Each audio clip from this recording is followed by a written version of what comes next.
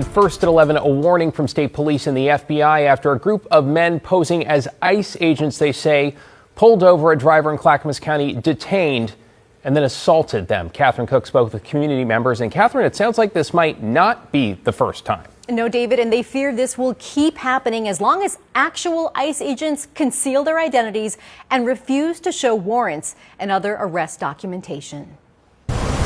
On this dusty stretch of Highway 211, east of Woodburn, 3 men, allegedly posing as ICE agents, pulled someone over and assaulted them.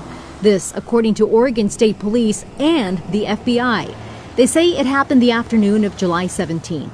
Investigators say the men were driving a blue or gray SUV with no license plates that had flashing red and blue lights. The men wore green shirts, face coverings, and tactical vests labeled police, and one of them had a rifle.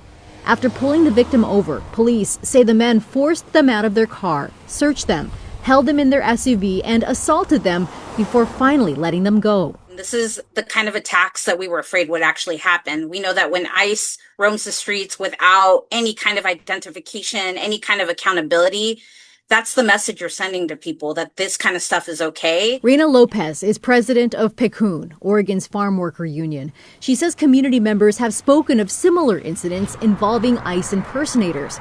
She's grateful police are investigating this case and alerting the public. And anyone can put on a mask and refuse to identify themselves and claim that they're ICE. And these types of incidents are only going to intensify. If they are approached by someone who claims to be an ICE agent, remember that you have rights. In Woodburn, community members like Luis want their neighbors to remain calm and informed.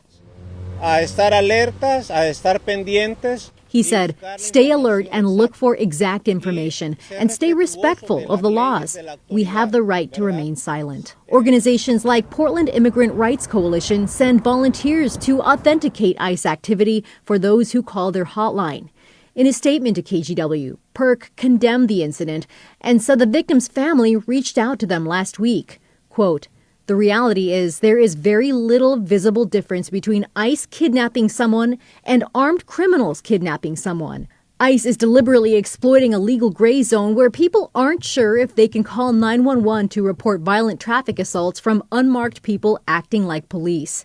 This is a human rights issue endangering all Oregonians.